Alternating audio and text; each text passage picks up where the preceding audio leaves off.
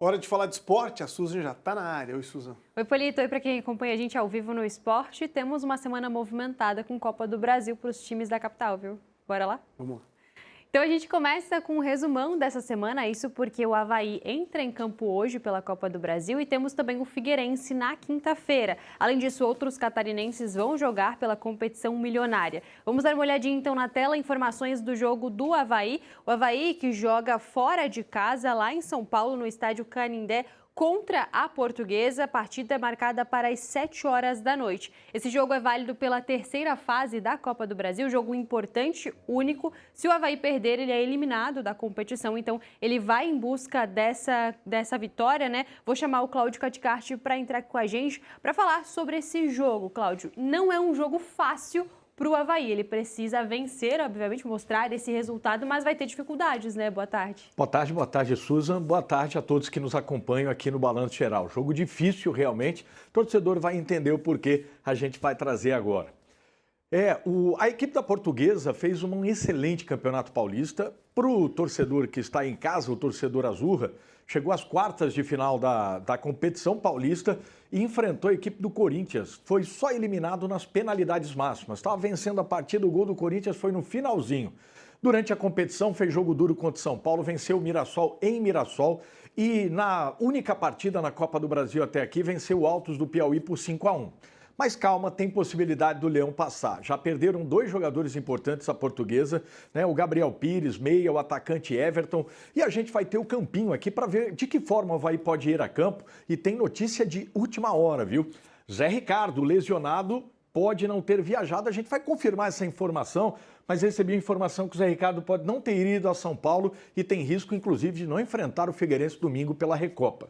Mas a equipe do Avaí, com a sua defesa, né, que a gente entende que pela primeira vez o Cauã de Almeida deve repetir uma equipe, né, o Alisson DG, na zaga o Baldini e Alisson, o zagueiro.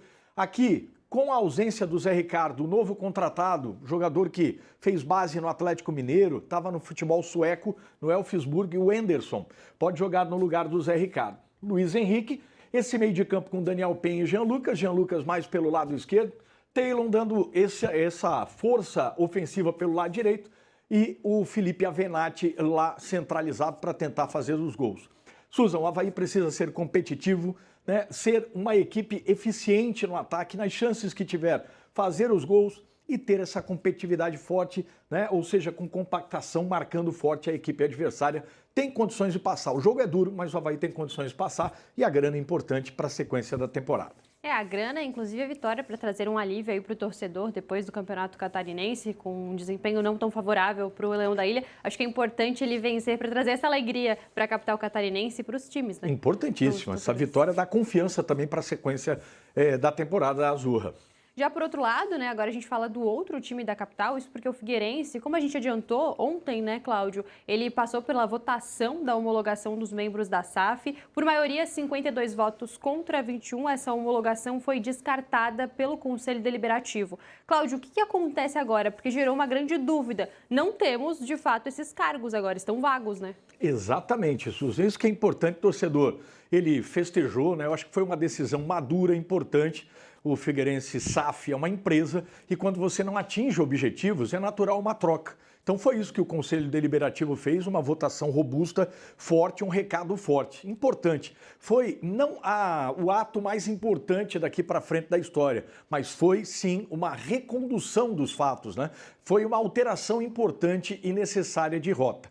Agora, para o futuro, o que acontece? Os 5 membros da SAF não homologados, os cargos ficam vagos. Então, tanto do presidente Paulo Prisco, do João Gonçalves Filho, né, do José Carlos Lages, do Gabriel Pires e também do Fabiano Gerber. Agora, tem uma acumulação de cargos do presidente da SAF com o presidente do Conselho Deliberativo, doutor Antônio Miranda. Ele responde interinamente até que os novos 5 nomes sejam indicados. Esses nomes serão indicados pelo Estatuto da SAF e pelo presidente da Associação do Figueirense. Cabe a José Tadeu Cruz fazer a indicação dos 5 nomes. Nos bastidores, a gente viu que parece que vai ter uma reunião entre o doutor Antônio Miranda, presidente do Conselho Deliberativo, com o presidente da associação, José Tadeu da Cruz. E eles vão tentar uma composição desses 5 nomes para que tenha a continuidade dos trabalhos na SAF em um momento de transição, até que as propostas possíveis de compra da SAF, do empresário que capitaneia uma delas, o Edson da Silva, e a Cactus Hub, a empresa que o próprio José Tadeu da Cruz já ampliou em entrevistas recentes. Agora, Susan, é importante que o Figueirense, até que essas propostas cheguem, e efetivamente, para o torcedor alvinegro que está em casa, ainda não chegaram essas propostas de forma definitiva. Vai ter um grupo de 7 conselheiros que vão recepcionar essas respostas, essas propostas, vão analisar a questão jurídica, econômica, financeira e, efetivamente, esses conselheiros, depois, com essa análise fina, vão levar para o conselho em geral. Agora, é natural que, até que chegue essas propostas sejam analisadas, que o Figueirense tenha uma transição segura, com pés no chão, sem falsas promessas. A gente já viu, burburinhos e rumores que já teria a contratação de um novo executivo de futebol e a gente já viu nos bastidores que isso não foi tratado na reunião do Conselho ontem e que ainda vai ser analisada essas propostas e vai ter uma transição nesse sentido. Esperamos que com renovação, sem as mesmas figurinhas carimbadas, ou seja, com pessoas com ideias novas que oxigenem o clube, e é isso que é importante. Então, agora é o momento mais importante do futuro do clube. É aquele paciente que, se você administrar um resultado errado, ele morre. Então, está nas mãos dos conselheiros que depois vão votar os 5 novos membros e também as propostas que virão. É importante a gente destacar, a gente está até acompanhando aqui as imagens do telão, porque essa reunião ela foi fechada ontem, pelos membros do Conselho Deliberativo, como a gente tá vendo. Tivemos protestos do lado de fora do Orlando Scarpelli, algo que já se repete, porque nos jogos anteriores do Figueirense, os torcedores já se manifestavam a favor dessa decisão do Conselho, e agora, de fato, a destituição, e agora, de fato, a gente pode dizer que o torcedor está satisfeito com essa situação? É um primeiro passo. Como eu falei aqui, não adianta o torcedor achar que só com a destituição, que era um passo necessário, importante, democrático, que já está tudo resolvido. Agora vem uma questão, o Figueirense ainda tem dívidas, tem uma recuperação judicial e tem que analisar as propostas. E a que for melhor para o clube, pensando pela primeira vez na história, na instituição e não em pessoas, em ego e vaidades, é que o Figueirense vai conseguir sair dessa. Com pés no chão, tem ainda uma questão de dívida muito forte, o clube precisa resolver seus problemas financeiros e aí sim estruturando para que não voltem os erros do passado e agora do presente a acontecer. E além de tudo isso, tem jogo também, O Figueirense precisa entrar em campo e trazer vitórias para a capital catarinense. Nós temos aí o jogo fora de casa pela Copa do Brasil, também pela terceira fase. O Figueirense vai até a Arena da Amazônia para enfrentar o Amazonas às 8 horas da noite do dia 12, quinta-feira. De olho nessa competição, porque o Figueirense faz um bate-volta praticamente, porque recopa no domingo e a gente segue acompanhando, Cláudio? Exatamente. O Figueirense é importante lembrar que o CEO Rafael Franzoni continua, é funcionário do clube, não é um dos 5 membros, e o diretor executivo Daniel Kaminski, o trabalho continua, tem esse jogo importante que vale o caixa, Então é importante essa pacificação durante essa transição. E esse jogo é importante, e aí vai ter o clássico. Olha, vai vir correndo para o clássico e a gente tem muita coisa para falar durante a semana, a gente retorna aqui. Com certeza. Muito obrigada, Cláudio, pela participação. A gente espera amanhã. Até amanhã. Até mais. lá.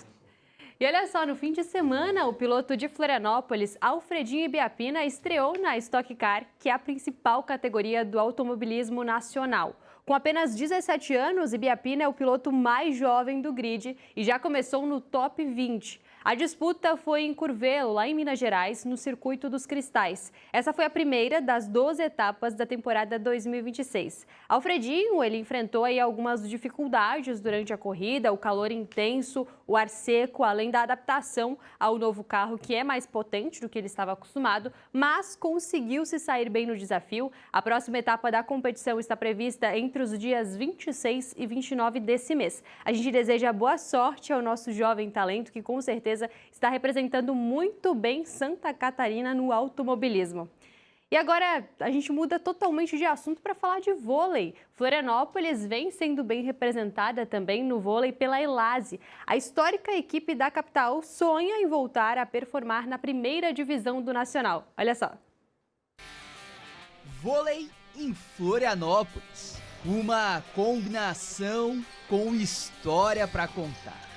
Primeiro, o público gosta, E eu acho que a base de Florianópolis é uma base que sempre figurou entre as melhores do estado e também no Brasil. É o nosso caso aqui, do nosso projeto.